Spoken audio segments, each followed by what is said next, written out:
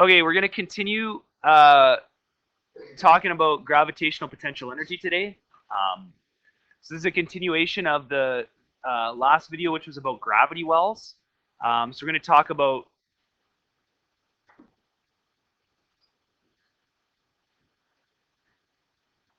let's call it gravitational wells 2. The escape.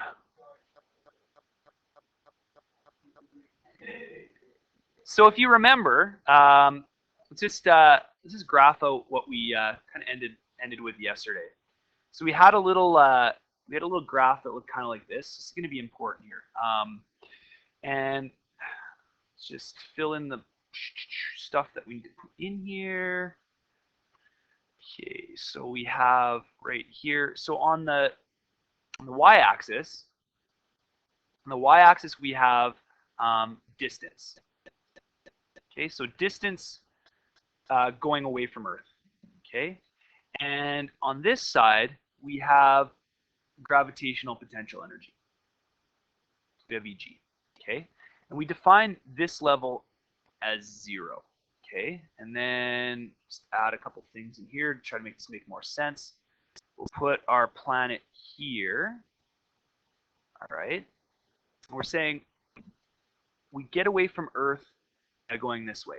And then we'll say that the closest we could ever be to Earth is 1 Earth radius from the center of Earth. Okay, so remember that Newton asked us to think of spherical bodies as point sources. So planets act like their mass is emanating from a point at their center, right? We want to send like a rocket ship, right, off of Earth and have it get out of Earth's gravitational well, okay? And we know that we have this kind of an effect going on, right? So as we move up and away, we get this going on, right?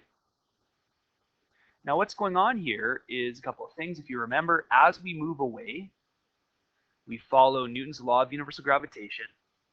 And we note that as this goes up, right, this goes down.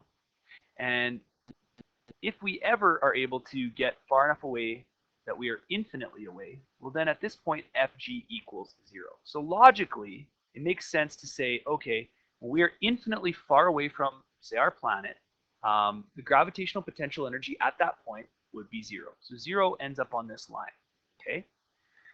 And then we derived some formulas yesterday to talk about what will happen if we want to leave, say, the Earth, and we want to travel, say, to some distance above the Earth. Call this like R1, or move between different spaces above the Earth in Earth's orbit. Okay. So what we're talking about is moving away from the planet to different distances, okay, away from the planet, and possibly, you'll see this a little bit later, going an infinite distance away, if that's possible. Flying away from the Earth and never coming back. All right.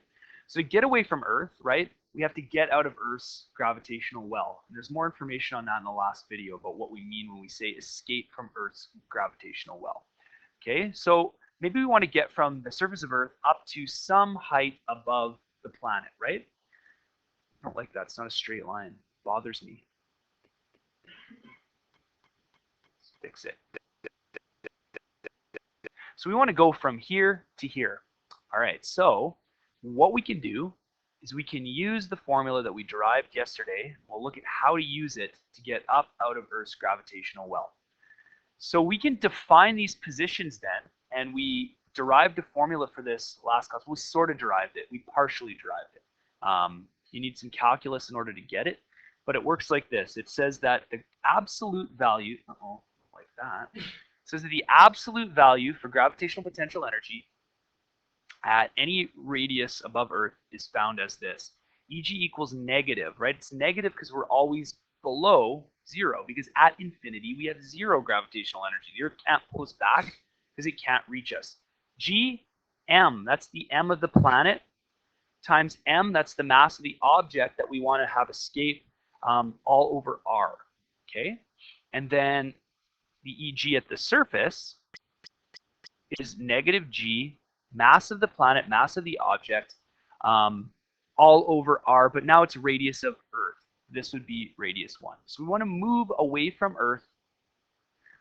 Okay, and we call this r, right, because we're above the center of Earth. We call that RE, the radius of the Earth. And we want to go from there to some new radius away from the center of Earth. And we want to know how much energy that is going to require. Okay, so what we want then is actually a delta EG here. We want the difference between these two places, right? We're going to define this as EG1, and this is EG2. So then our delta EG is going to look like this. The amount of energy required to go from the surface to some value above the Earth is going to be defined like this. Delta EG is always going to be equal to the second EG subtract the first EG.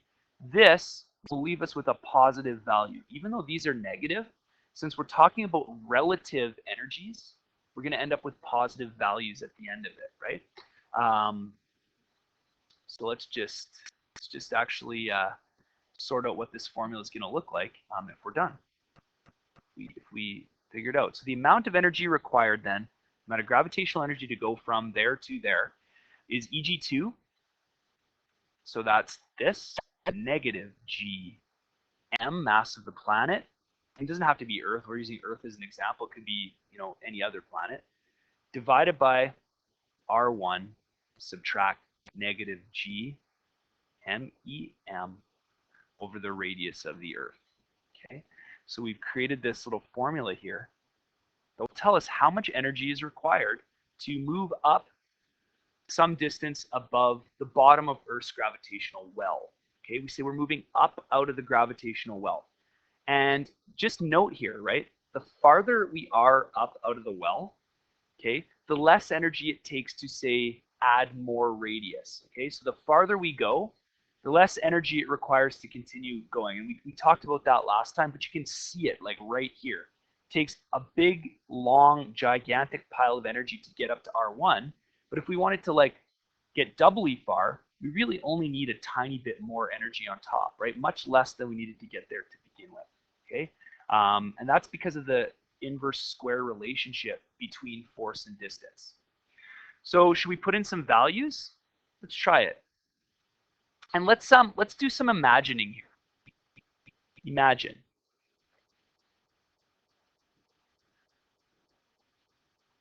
You want to put a satellite in a geosynchronous orbit. Okay.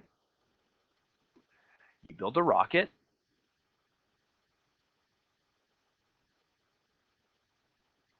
And satellite. Set them up for launch. Okay. How much energy is required to move the, let's say it's 250 kilograms, 250 kilogram satellite to that orbit? I'm going to make a little note here. Note. That's not what we do for notes. We put a star. We are ignoring the mass of the rocket, okay? In reality, this is a much harder problem, right? Because when you think about it, the rocket itself has mass, but as it burns its fuel, it's ejecting mass out the back, right, as it flies up. So its mass is actually like decreasing as it flies higher and higher and higher up above the planet, right? So that becomes a much more difficult problem. I mean, it's rocket science, essentially, okay? So for us, we're just going to focus on how much energy to put this into orbit, period, okay? Okay, so this essentially becomes then a two-part problem, right? Part one, we need to find the radius of a geosynchronous orbit, which we know how to do. And then part two, then once we have that, we got to sort out the energy part. Okay, so it's a two-part problem. And so just to remind you, a geosynchronous orbit is one where your satellite, which will represent as a, I'll just draw one. I'll draw a satellite.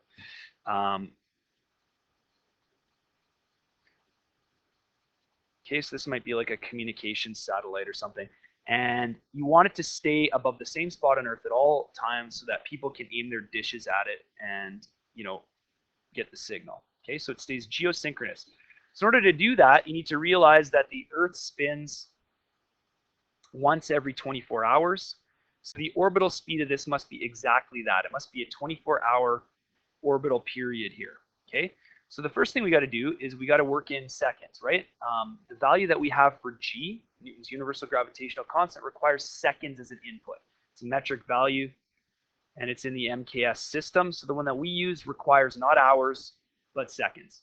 Okay, and what we have to say then is we have to say that, okay, the gravity between Earth and the satellite is providing the centripetal force to have it go around and around and around, right? So we're going to say, okay, so G, mass of the planet Earth times the mass of the satellite over r squared, should be equal to m for pi squared r all over t squared, right? Which is the formula for centripetal force, which we get from the original one, but we replace the velocity with the fact that we need to go one circumference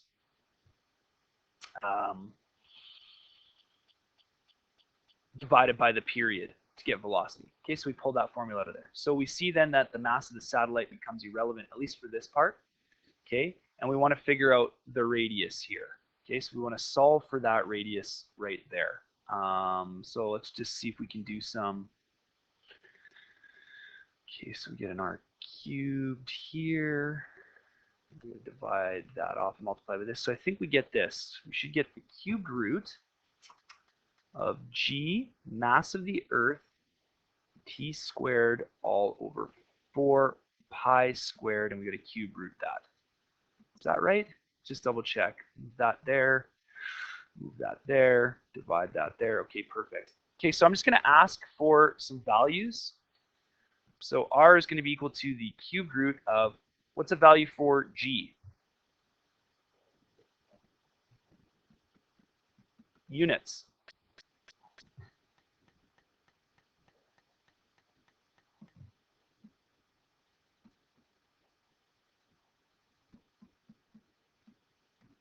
Okay.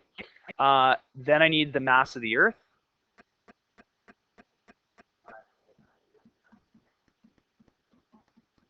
Perfect. And then I need the period of Earth. Okay, so a little bit of a problem here. It's 24 hours times 3,600 seconds per hour. That'll get rid of that and leave us in seconds, and we got to square that off. And then the bottom, of course, is a constant. Actually, G divided by 4 pi squared is a constant, and it's Kepler's constant, interestingly enough. Okay, can we solve that? So my monkeys tell me that it's 4.2 times 10 to the 7 meters. My monkeys with calculators. Okay, perfect. So this tells us then, just remind us what we were looking for to begin with. This tells us then the orbit above the planet that our satellite needs to be at. Okay. So remember now what we need to do if we want to talk about how much energy it's going to take to put something there. So we need to figure out that negative GMM over RE. And then we need to figure out the negative GMM over this R. Call it R orbit. R of the orbit. So delta G then is equal to, what am I doing? Not delta G, delta EG. The amount of gravitational energy that we need to give this. And remember, it's not going from the center of Earth, right? It's going from the surface of Earth. So there's our rocket on the surface, and we need to shoot the satellite up to this height right here. Okay. So we have to do a delta, so we have to do final minus initial. So we've got negative G. We've got the mass of the planet. We'll put numbers in after. We've got the mass of the satellite. divided by r of the orbit, which will be that value, subtract negative, again, g, mass of the Earth, mass of the satellite, over the radius of Earth. Okay, so let's put some numbers in here.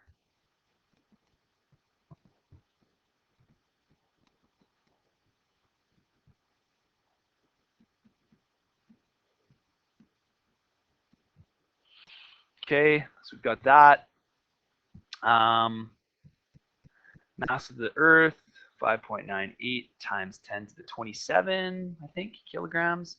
Mass of the satellite, 250 kilograms, all over the radius of the orbit, which we figured out was 4.2 times 10 to the 7 meters. Okay, minus. Well, the top doesn't change, right? The top's exactly the same. So I'll just cram it in here. So, you know, if your calculator is a save function, just save this. What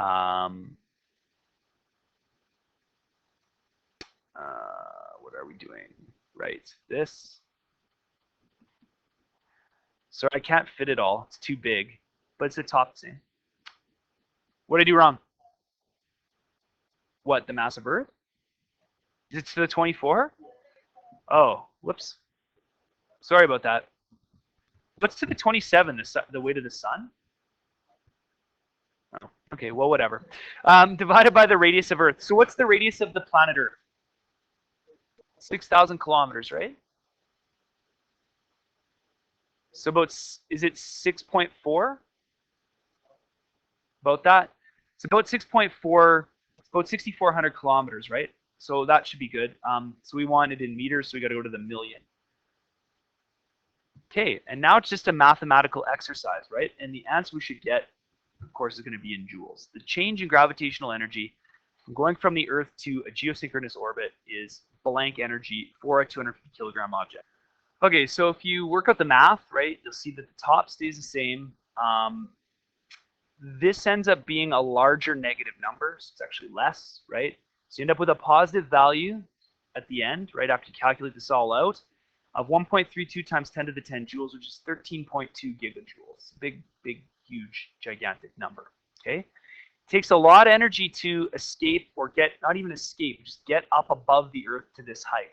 Now remember, this is just to get something to this height, right? If it gets to this height and I input this much energy into it, it's going to have no energy left over to be moving, isn't it, right? So actually, technically, I'm not only going to have to use that energy to get it above the Earth, I'm also going to need a lot more energy to have the correct velocity going when I get up there, okay? Okay, so 13.2 gigajoules gets us up to the height we need, right? But we don't want to like just get up there and then fall back down. So now we actually need to put it into an orbit, okay? So how are we going to do that? Well, we need to figure out what velocity it requires at geosynchronous height to go there, and then we need to understand that it's going to have a kinetic energy equal to this value, where this is its orbital speed. So how do we figure out the orbital speed for something like this? Well, we can just do it this way, right? We know that it's the force of gravity providing the centripetal force. Okay, we know the force of gravity is gmm over r squared. We know that this is mv squared over r. Okay, so cancel that off and cancel that off. Okay, and let's solve for v. V should be the square root of gm over r. Okay, so let's figure out the velocity of this guy. So we've got g again, 6.67 times 10 to the negative 11 newtons per kilogram squared meter squared. We got the mass of the planet, 5.98 times 10 to 24 kgs. And we've got the height of our geosynchronous orbit, which I suddenly forget, 4.2 times 10 to the 7 meters. Oh no. 4.2 times 10 to the 7 meters. So what's our velocity going to be then at our geosynchronous height? So I get a value of going to say about 3,100 meters per second. It's actually like 3081, but we'll just keep a nice round number here. So remember, the EG required was equal to 13 gigajoules roughly. And then the EK, right, that your rocket's still going to have to supply, right? So you get it up there, and then you got to give it a sideways push until it gets a velocity of 3,100. In reality, you'd kind of like combine the two and you'd like arc over and launch it that way. But either way, the energy conservation law will be the same. Okay, so that's 1/2 mv squared. So we've got 1/2. The mass is 250 kilograms.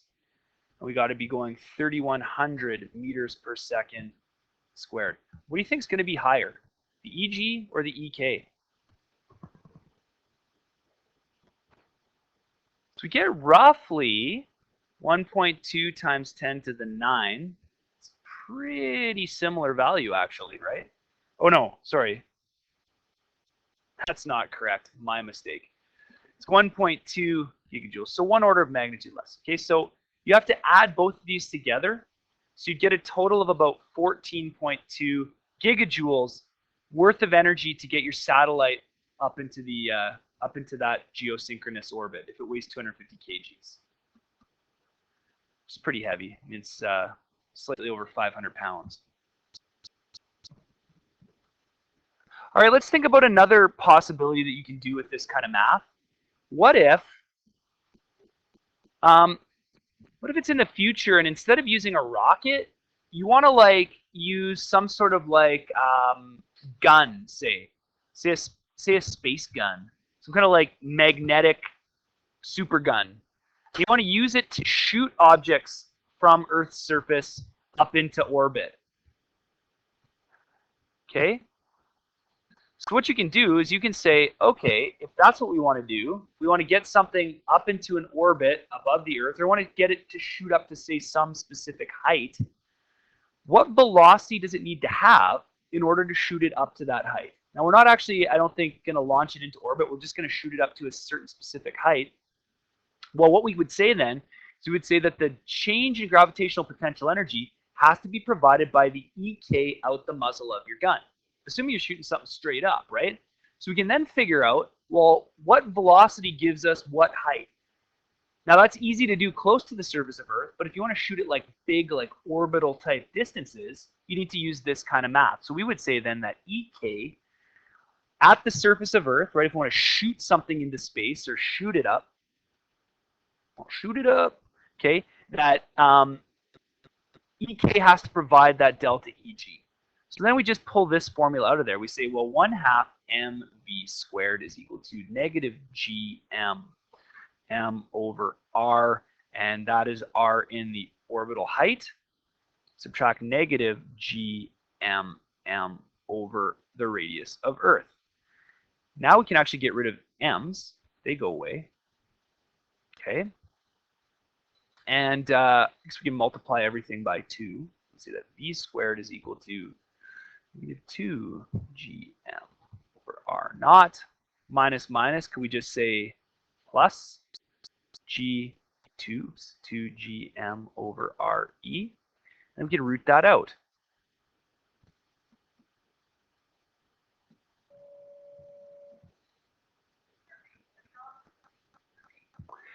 Okay, so what this is saying then is it's saying what velocity from the surface of Earth, you know, if I say dug a hole and put my cannon underneath the ground and I shot some massive object up, if I know this, I can figure out, given some velocity that I have here, exactly how high the object will go, or vice versa. What velocity do I need to reach an orbital height or a height above the Earth equal to this value?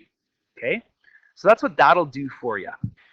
Now you might want to know, okay, if you can kind of understand this idea, right? You give it enough kinetic energy, it's going to fly up some height above the Earth and, you know, get up there, and then it's going to fall back down, right? It'll fall back down. We're not accounting, we're not saying we're going to give it any EK.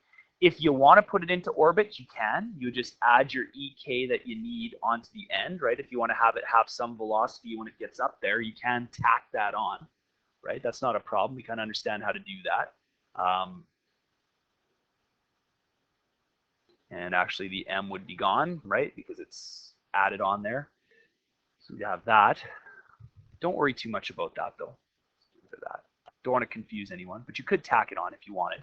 But what would happen if you wanted to shoot something so fast that it flew away and never came back? Okay. What if I want to shoot something away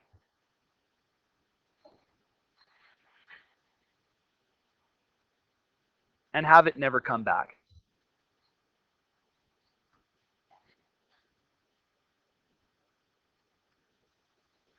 Okay, so I just want to roll back up here before we start, and I want to look at this gravitational well problem here again. It's way up here somewhere. Okay, so have a look here. So this is what we're saying. What we want to do is we want to shoot our rocket off the surface, and we want to have it have enough EK that it gets right up out of the well. If I give it enough kinetic energy, if I give it to some massive velocity, it'll have enough energy such that it will fly away and still, basically, it'll reach an infinite distance and still contain a little bit of energy. Actually, if it contains zero energy at infinity, we've got the problem solved. If we go any faster than that value, it will still have some velocity left when it reaches infinity, right? So what I have to do, basically, is I need to take it up out of the well, from the surface of Earth to infinity. So what I would say then is I would say that the EK it has at the surface of Earth has to be equal to 0, right? That's my final EG, subtract the gravitational potential that I have at the surface of Earth.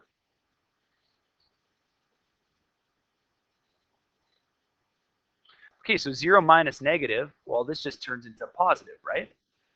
So then let's roll back down, and we will see if we can solve it using that concept. Okay? Oh, where are we? There it is. This page has a gravitational well. Am I right? And it's deep. All right, so we have to say then, EK needs to provide G MEM over the radius of the Earth. Okay? So we have to get from the surface, where we are, negative G MEM over R, and we need to get up out of there to where our potential is 0, right? Meanwhile, as we're doing that, we are traveling away from Earth. We will travel to an infinite distance, and we should have this: 1/2 mv squared equals GMEM over the radius of the Earth. Mass becomes irrelevant. And if we solve for this velocity, right, this is true of any mass. If we can get a mass to reach whatever velocity we calculate here and aim it away from Earth, it'll fly away and it will never come home. It actually has a name. It's called escape velocity. So if you run really fast and jump, so what do you get here? Well, you get V should be equal to the root of 2G mass of Earth divided by radius of Earth. And that's for Earth. Oops, I don't like where that E went. You can find this for any planet, right? You just change these values out, and Bob's your uncle. So let's figure out what it is for Earth. 6.67 times 10 to the negative 11. Mass of our planet, 5.98 times 10 to the 24 kilograms. And in terms of meters, we've got a planetary radius of times 10 to the 6 meters. Okay? See what you get. So you're going to get about somewhere around 1 times 10 to the 5 meters per second, 11,000 roughly meters per second. And if you convert that into kilometers per hour, you'll get about 3,111 or something like that. So about as fast as I can run. I'm kidding. This velocity raises some issues for the Flash, right? Because if he runs, you know, let's draw him. That's not what he looks like. He's got yellow boots, right? If he runs any faster, or that fast actually,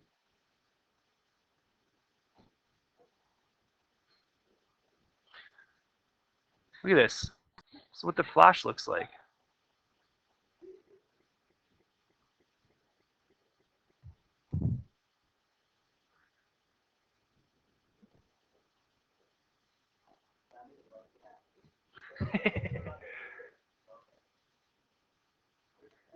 Okay? If you run this fast, you will fly away from Earth and never come back. Okay? No matter what you do. So do not go this fast.